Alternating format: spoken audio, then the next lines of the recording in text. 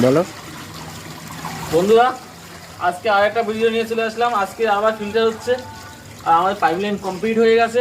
আজকে আবার নতুন করে একটা ফিল্টার করছি আমরা, সে দেখাচ্ছি। বালিতে ধোয়া হচ্ছে, আমাদের কাঠকলাই রেডি, আমাদের সুপ্রিমি ফিল্টার দিয়ে কাজ হচ্ছে, কোনো জালি ফিল্টার নাই, একদম অরিজিনাল সুপ্রিমি ফিল্টার। বালি দেখতে পাচ্ছেন চালা হচ্ছে, একদিকে ধোয়া হচ্ছে।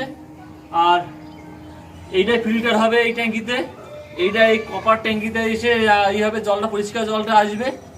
পুরো সেট আপ লাগানো কমপ্লিট, সঙ্গে থাকুন।